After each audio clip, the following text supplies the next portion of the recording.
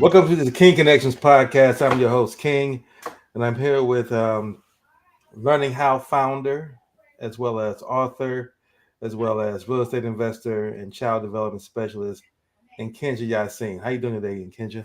I'm great. I'm great. I always forget how many things I am until somebody else mentions them.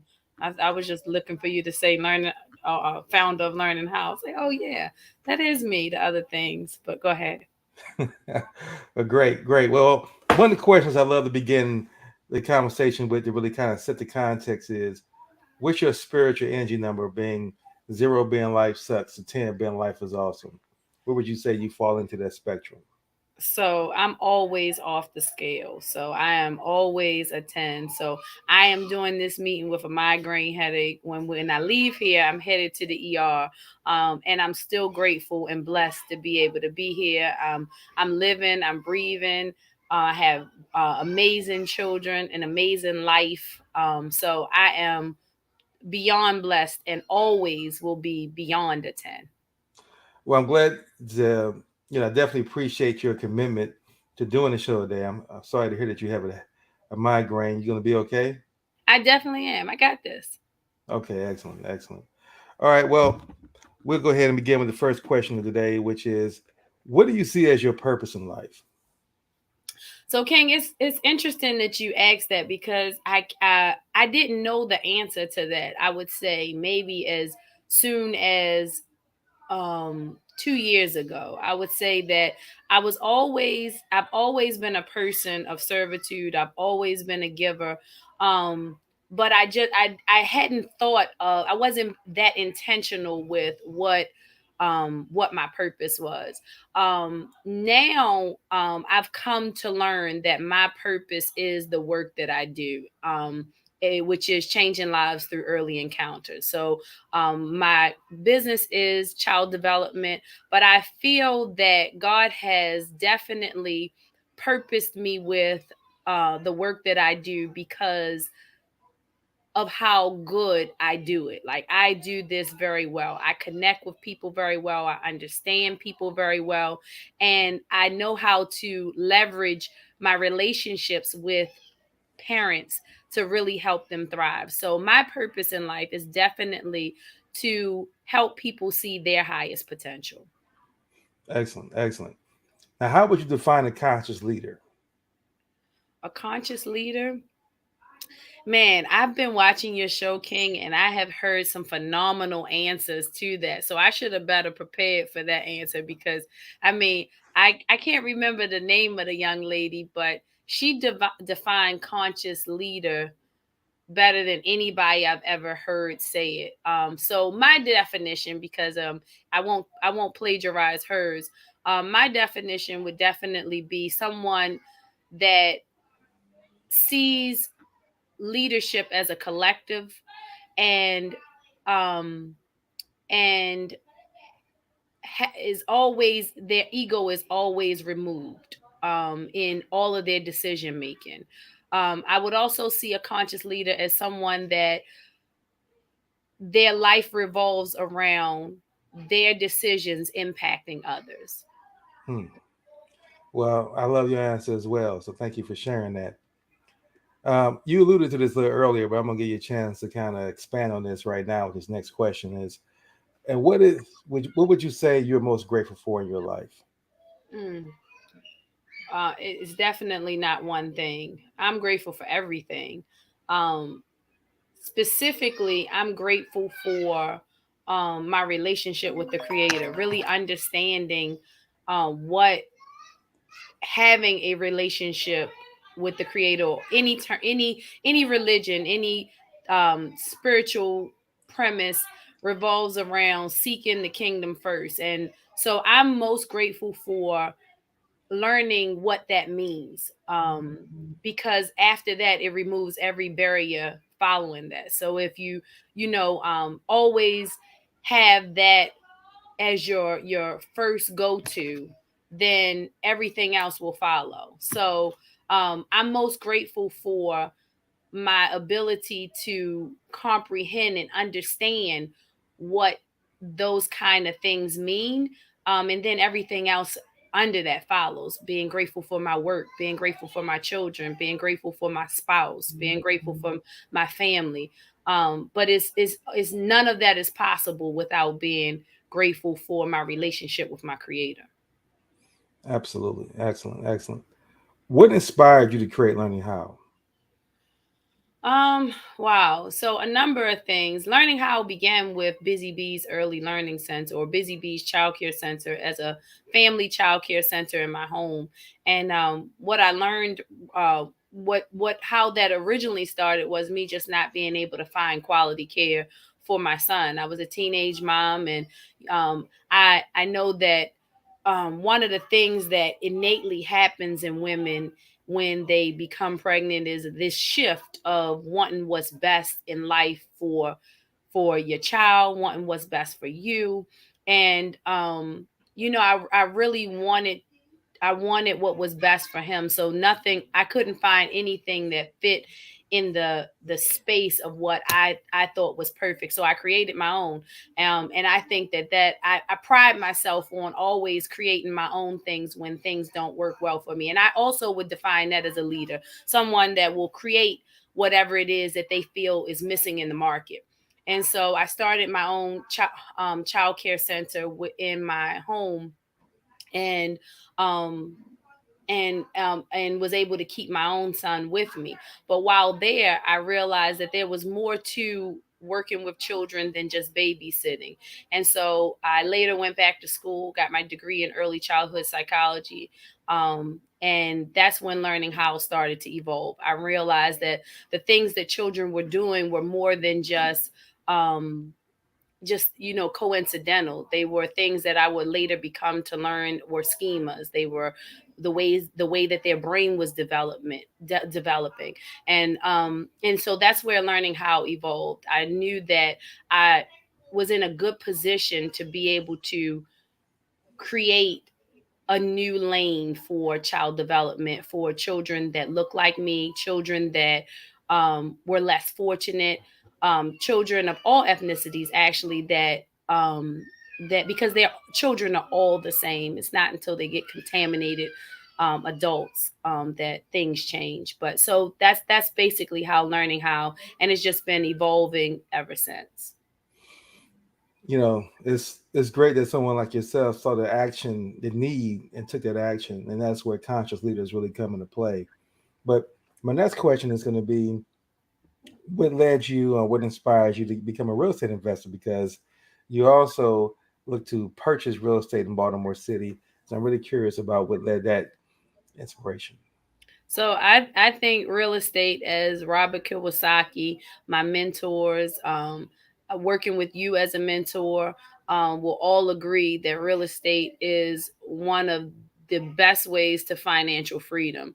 And so, working in childcare, you don't have like your traditional 401k or retirement plan. So I always looked at real estate as a retirement for myself. But again, being a conscious leader, um, that has also evolved into how can I help other people become homeowners? How can I help other people have quality living? And so I started investing in real estate many years ago, just through trial and error, just, wanting my savings account to do something different for me, reading different books like Rich Dad, Poor Dad, and like, wait, I want to create assets before I create liabilities and all of that great stuff. Real estate just became one of those passive incomes that I knew would be able to change my life. And also, I think that it's important to me, in addition to my purpose of being in child development. I come from a very poor community in Baltimore City. I think it's one of the poorest communities in Baltimore City. So I think it's always important that individuals see people that look like them being successful. So it's my goal to be successful so that other people can see that a teenage mom can do it, someone coming from a family or with a background like I have. We can go into that later, but I think it's important for people to see success and change the narrative from the drug dealer on the corner, or in back when I was younger, it was the stripper, or whoever had the fast cars and the all of that great stuff. I think that changing that narrative and showing them what it looks like, how fruitful it can be on the other side when it involves impacting lives as opposed to tearing down lives. Absolutely, absolutely. Now, shifting back to kind of learning how, what's the difference between, because I hear this terminology, daycare and child development, and I'm curious to hear what your difference, how you differentiate difference between a daycare and a child development residence. Absolutely. So I think that daycares are amazing. Well, I know that daycares are amazing. Child development is amazing. What I will say is that we make sure we are intentional with what the evidence and research shows. So if the evidence and the research shows that children need enriched learning environments, learning through play, that's what we're doing. So I would say the difference between, again, like I said, everybody is well intended, because when I had a family childcare in my home, children were learning. I was very intentional about the academic component. But the more that learning how evolves, we're always evolving. We're always learning something new, and we're applying it. So if the research starts saying that um, children need more natural sunlight, we're doing it. We're pulling all of the curtains down, and my staff can attest that, or my coworkers, because we're all a team here, they can attest that if I'm all out for a conference for a week, that when I come back, everything's being changed around. So making sure environments are conducive to their learning, their letters are at a certain height so that they can be able um, to recognize them. That they're having tactile learning, where they're learning with their hands. They're not sitting down for circle time. They're really engaged um, in learning. We also use a number of curriculum. We don't have licensing for all of the curriculum that we use, but we use strategies from Montessori, Reggio Emilio. Um, I might be saying that wrong, the last name, but people that know what the learning is, they know. Creative curriculum, teaching strategies, we incorporate, and then our own.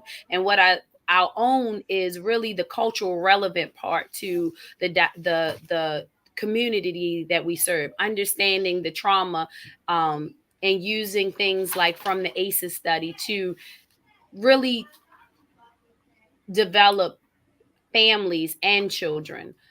So really understanding the background of the community we serve, and being intentional and strategic in how we approach them, building the trust so that we can help the parents, so that in turn it will help the children. And I could go on and on about this, but I'll say one last thing on that.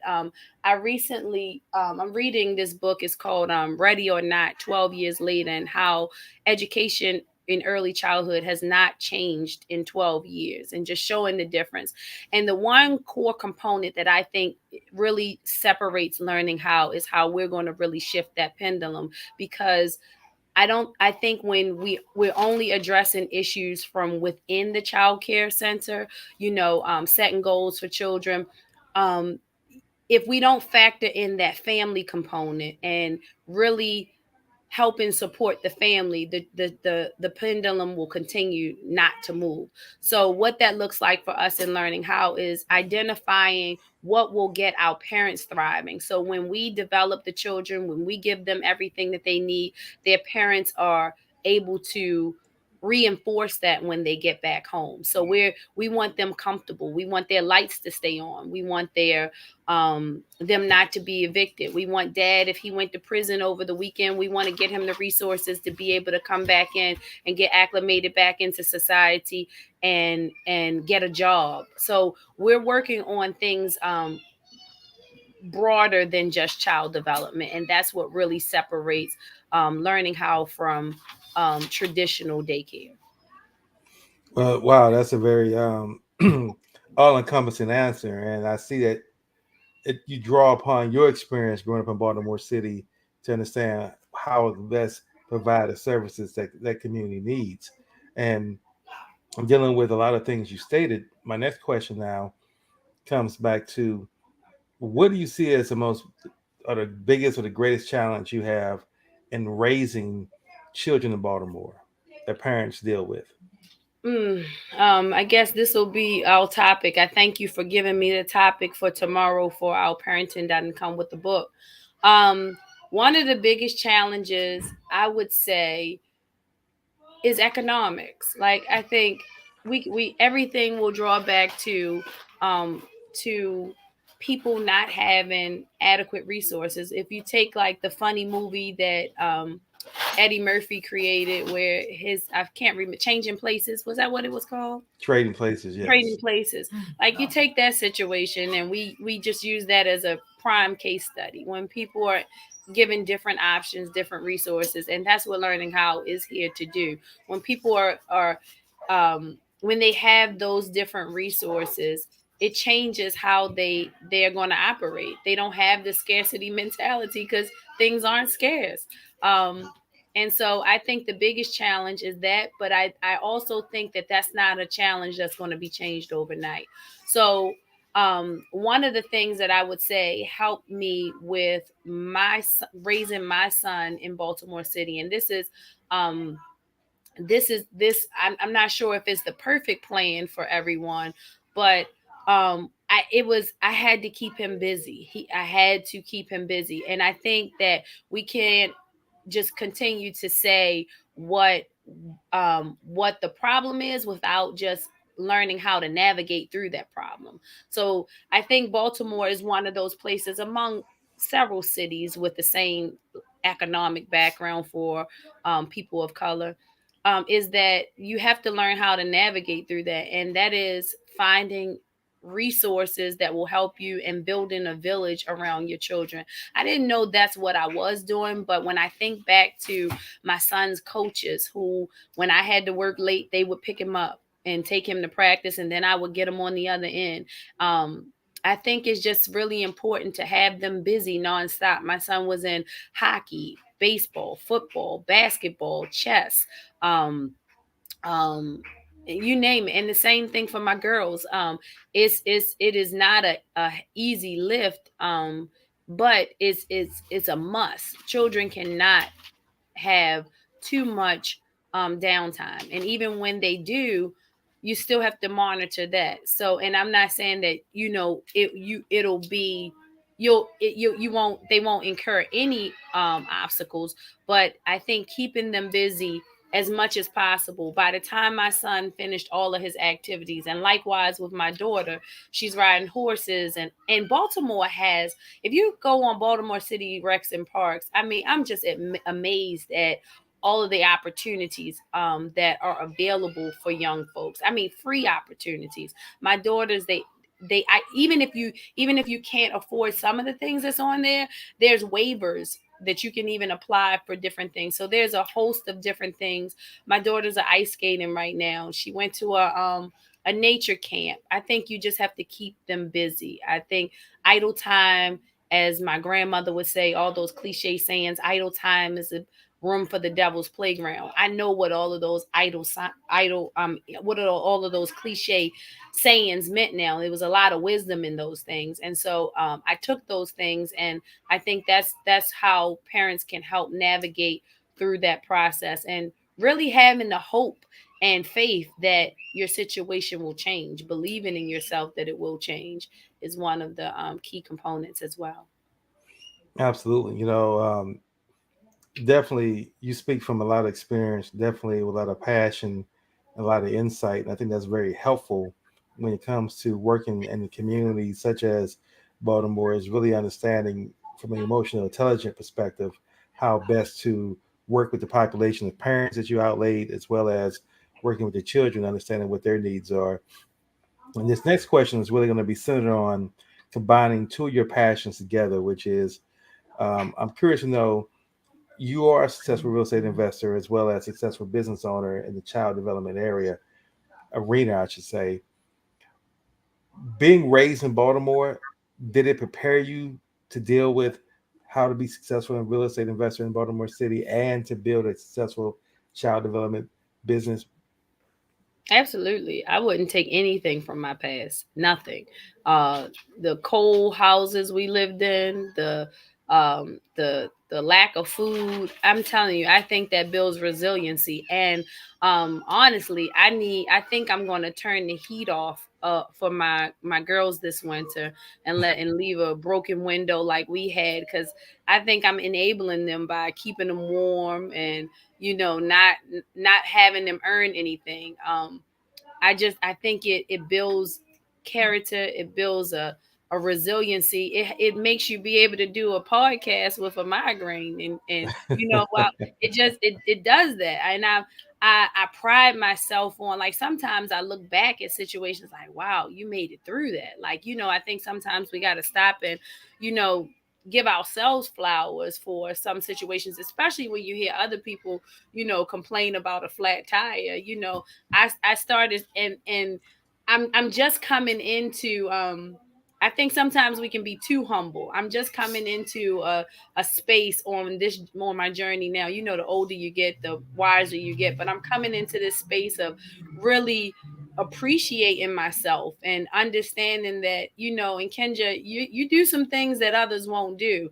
I remember starting school the day that my we pulled the plug on my father. And usually I'm not saying that that's something everybody can do, is supposed to do. You may, some psychologists may say, oh no, she's manic, she needs to really take a break from certain things. But I think that, for lack of better terms, the hood builds up some strong people.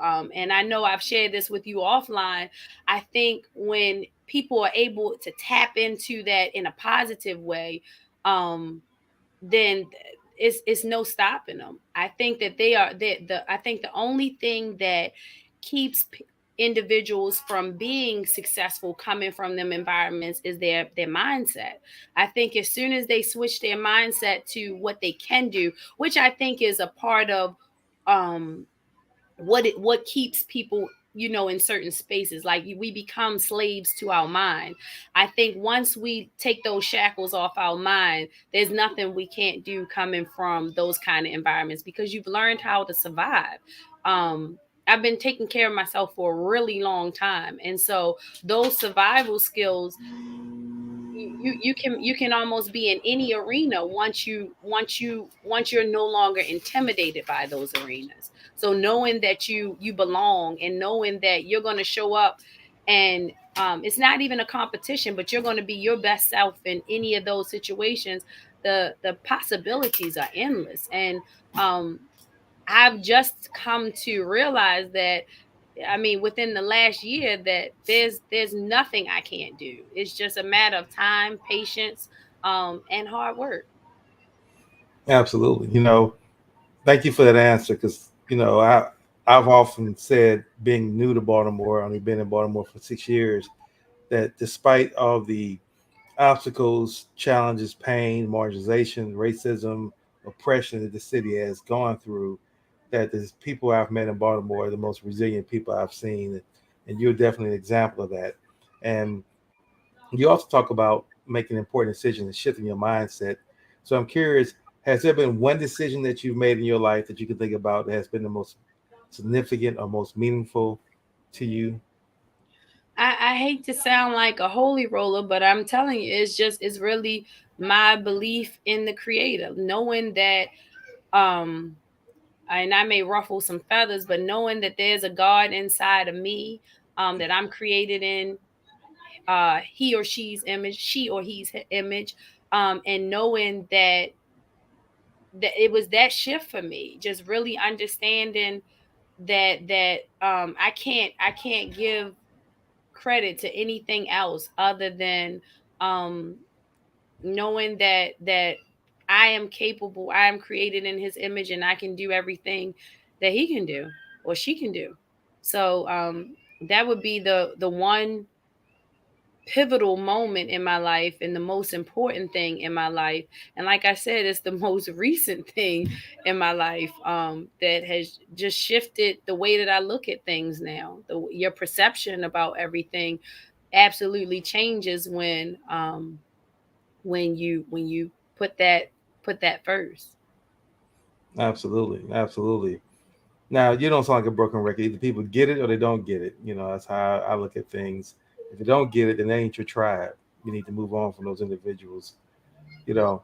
Now speaking of that, one of the things I do as a business owner is I have conscious leaders in order to build their own connection intelligent tribe, as well as identify key strategic partners. Because when you have these higher purposes as conscious leaders, that's not something we're actually going to be able to do on our own, and we need other people to help us. And going through this process, my engineering background helped me to develop a set of characteristics that I look for in connecting with individuals, that I had to even hold myself accountable to these 8 characteristics I came up with to make sure I was exhibiting them before I could hold someone else accountable to them.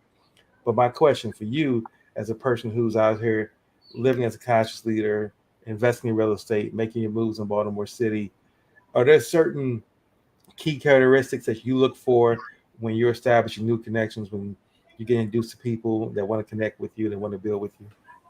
Absolutely. So I have spent too much of my time with people that were not action oriented. So one of the characteristics for me is action oriented. I am not.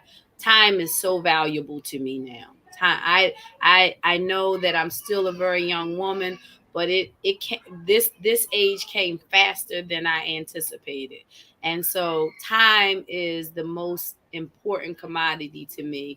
So being in um relation with people that are action oriented is the most important thing to me. What are you already doing? If you're going to do something, let's circle back once you do it. If you unless it's somebody that I'm mentoring, because as one of my great mentors, Miss Shantae Jackson told me, you should always have a mentor and a mentee. And so in having a mentee, they're the only people that I have that space for what they're going to do. Everybody else, it has to be what they're already doing, and knowing how I can fit in, how can I help, how can I support you, and likewise, you're not going to have hear me having a conversation about what I'm going to do unless it's already in action. I'm already in that forward momentum of making it happen. So I would say one of the main characteristics is action oriented and impact driven. Like, it has to be helping someone else. It cannot be just making money for me anymore. There was a time, especially coming from a scarcity mindset, where if it wasn't making dollars, it didn't make sense. Now it has to make dollars. It has to help somebody in some capacity and make sense. So action oriented and impact driven are the two things that are important to me. And I think when it's impact driven, all of the other things will align with it too, like things like integrity, um, um, um, all the morals and values that align with my morals and values. Um, and yeah, that's pretty much it.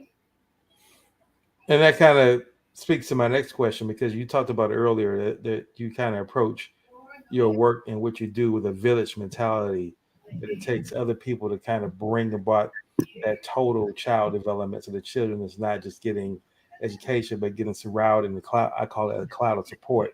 Mhm. And what I do with conscious leaders, I help them identify who their strategic partner should be. And so I'm curious to know who would be a great strategic partner for you as you begin to further build out Learning How's vision of making transformational change in Baltimore City with regards to early child development.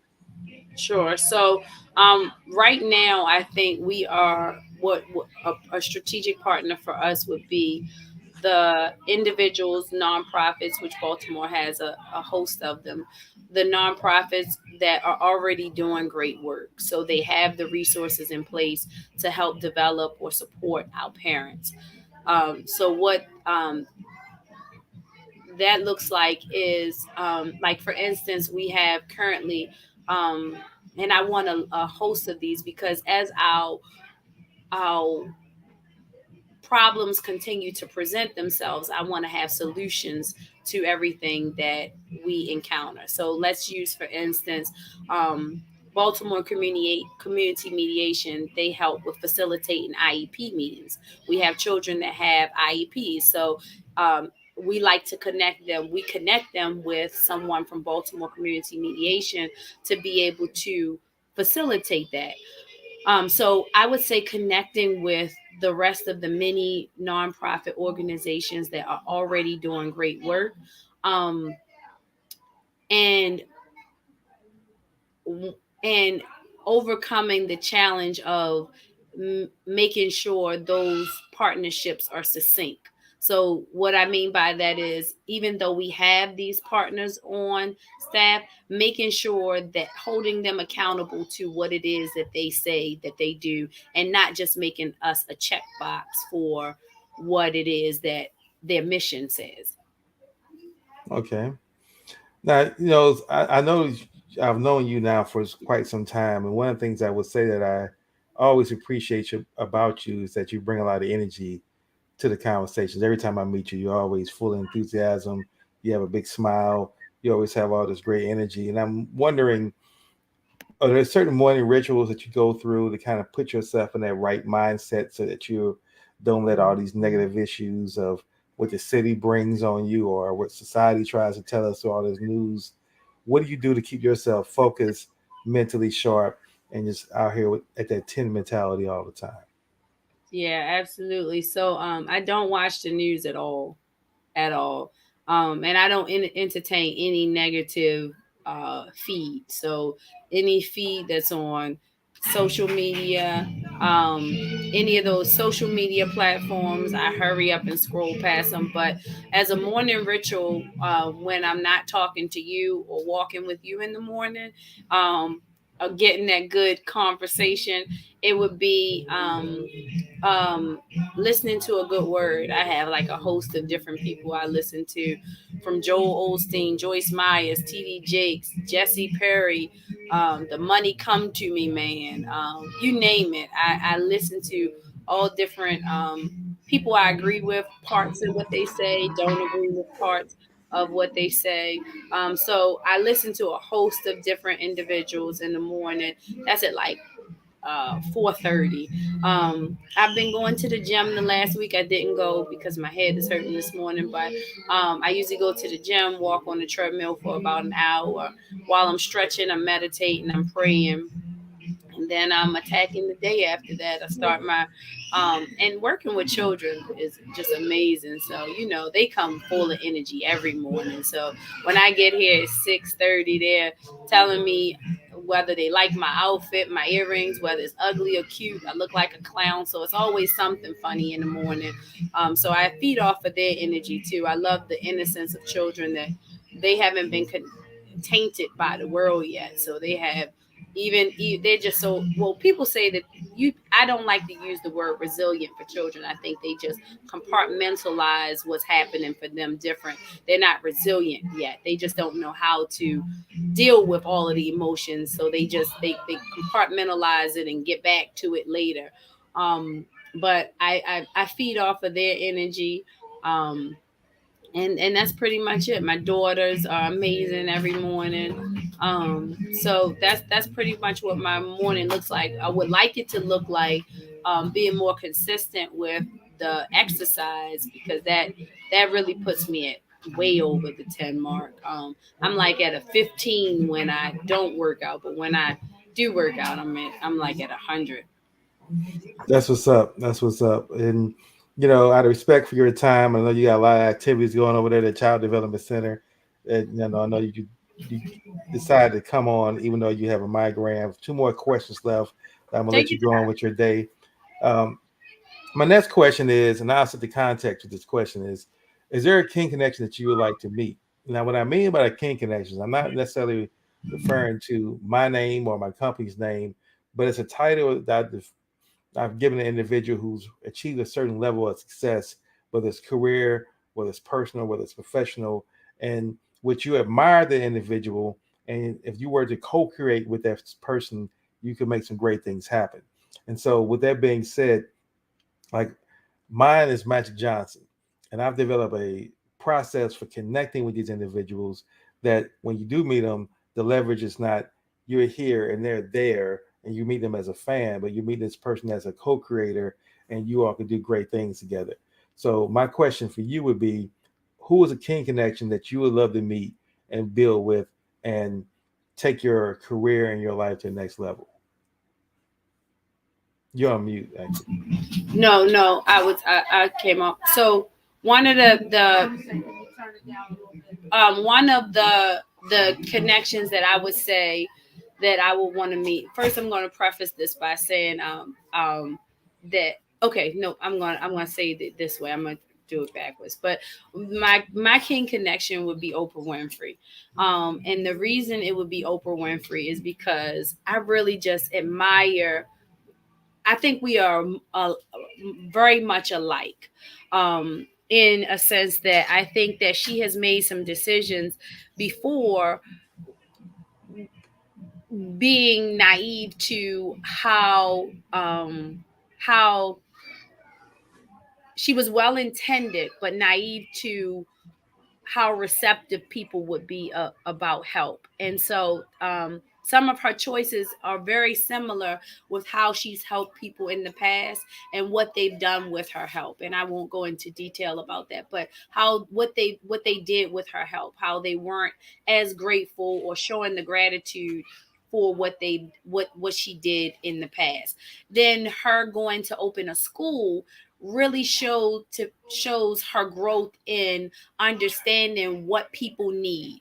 And it goes back to the old saying of give a person a fish and they'll eat for a day. Give them the rod, two fish, they'll eat for life. And I think that that's where Oprah is. And I would love to have that wisdom of her journey of first helping people by giving them the fish and then actually giving them the rod. So creating a school for young girls was just a phenomenal way to me of using your blessings to be able to bless others. So the person I would want to meet is Oprah, because I think that my insight to what I know about early childhood would give her a perspective that we could work together to be able to create um environments for people that she was originally helping. And I don't know what she's doing now, but those same people that she was giving fish to, like I have been given fish to in the past, I think I've learned, or I know that I've learned a different way to approach them. And so I would want to merge the two together. And I think developing young children um, would be that middle point that would just really help so many people thrive. So my person would be Oprah Winfrey. Excellent. Oprah Winfrey name comes up quite a few times when I ask that question, so I definitely respect and appreciate that. And she's definitely a king connection for me as well, because I tell folks you have multiple king connections, it's not just one, but someone who's aligned with your principles or at a place where you want to be. And Oprah's definitely fits both those criteria for me as well. So my last question that I want to ask you, this question really helps me understand how a lot of people think and just gives me one of those clarity moments around the individual as I begin to connect and build with them. And that would be, what's one book that you would recommend to our listening audience that you would say that either has been the most influential book in your life, or maybe it's a book you just read recently that you feel this book is a book that I definitely recommend that people should pick up. So what book would that be that you recommend? So it would be Eckhart Tolle, The Power of Now. I read it years ago and didn't receive it the way that I am receiving it now. This is like my third time reading it, as a matter of fact. Um, and the one thing I like about life is once you receive certain things, you can't unreceive it. And so, even though I was not at a place in my life uh, 20 years ago when I first read the books. Likewise, you said one book, but my runner up would be Spiritual Solution to Every Problem by Wayne Dyer. But The Power Now really puts me in a place of letting letting go of things that I can't control and really being present in the moments. And I think that we live so much in the future and in the past that we really never get to be in the moment. And I definitely have not mastered it yet, but I am making a conscious effort to always be in the moment, to be present in anything I do, to turn my phone off while I'm doing this podcast, to really always be in the moment. And I'm so fulfilled when I'm in that space, that there's no other time than in the moment. That it's just no other time than right now, in every moment. And so the power of now is just huge for me, because it just speaks so much to being present at all times, and looking for, or making sure you appreciate the things in that moment. And it changes the way that I drive to work in the morning. I don't see the people that are cutting me off. I see the sun, I see the trees, I see the birds. It really changes things. And so, and I think I would add to, whenever you do have that book, to like use it almost like a Bible, because I can always tell when I have not armored up, I'll call it. If I have not read something good for a week, oh my goodness, I am off. I'm letting everything get to me. And so, not just reading the book and putting it down, reading it, and when you find that book that you want to live by, um really internalizing it, and even if it's just a quote out of it every day, really making sure you take heed to it daily. Absolutely, absolutely. Well, that's some great advice. And I think you said some key words there where you say you got to live that information, not just intellectually understand it, but begin to look at how you can apply it and even reading a quote from it every day. So I want to again thank you, Nkenge, for your investment of time and energy with joining us for the King Connection podcast today. I appreciate you being here, despite the fact you're not feeling 100%. And as we go ahead and depart, I'm going to give you an opportunity to say in closing words of wisdom you want to share with our listening audience, as well as your contact information that they can get in contact with you. They really resonate with your message and just want to build with you. So I'm learning capacity. So I definitely won't give my phone number. My email address is learninghowmd, as in Maryland, at gmail.com. We're located at 2509 Edison Highway. Our website is learninghowmd.net. And we can always be reached on Facebook, Twitter, um, what is the other one? Instagram. I need to get better with all of those marketing channels, but that's the best way to reach me. Um, and out in the community doing the work. I'm always at an event. Look on our website. Best way to connect with me is to show up and get your hands dirty. So any community event that we're doing, we are in the process of rolling out a grant that we were recently funded. So if you have any children ages 2 to 3 that could benefit from extracurricular programming. It's a free program that we'll be rolling out. We're looking for 20 children from 2 to 3 years old. We have all types of incentives and all of that kind of stuff. So the best way to get in contact with me is to get in the work with me, get in the bed with me. Excellent, excellent. Well, again, and Kenji, I want to thank you again for your time, your investment of energy, your commitment to transforming your city through early encounters. And it's been a World, great. not my city, not my city. See, that was how I used to think. I'm transforming the world through early encounters, because Well, thank you for the learning correction. how's first stop. Well, thank you for the correction. And again, I wish you a blessed and productive day, and I hope you get a chance to relax and deal with that headache. And until you and I talk again, be peaceful and be blessed. Thank you. And listening audience, thank you again for listening to another episode of King Connections podcast. Until next time, I wish everyone a blessed and productive day. Thank you.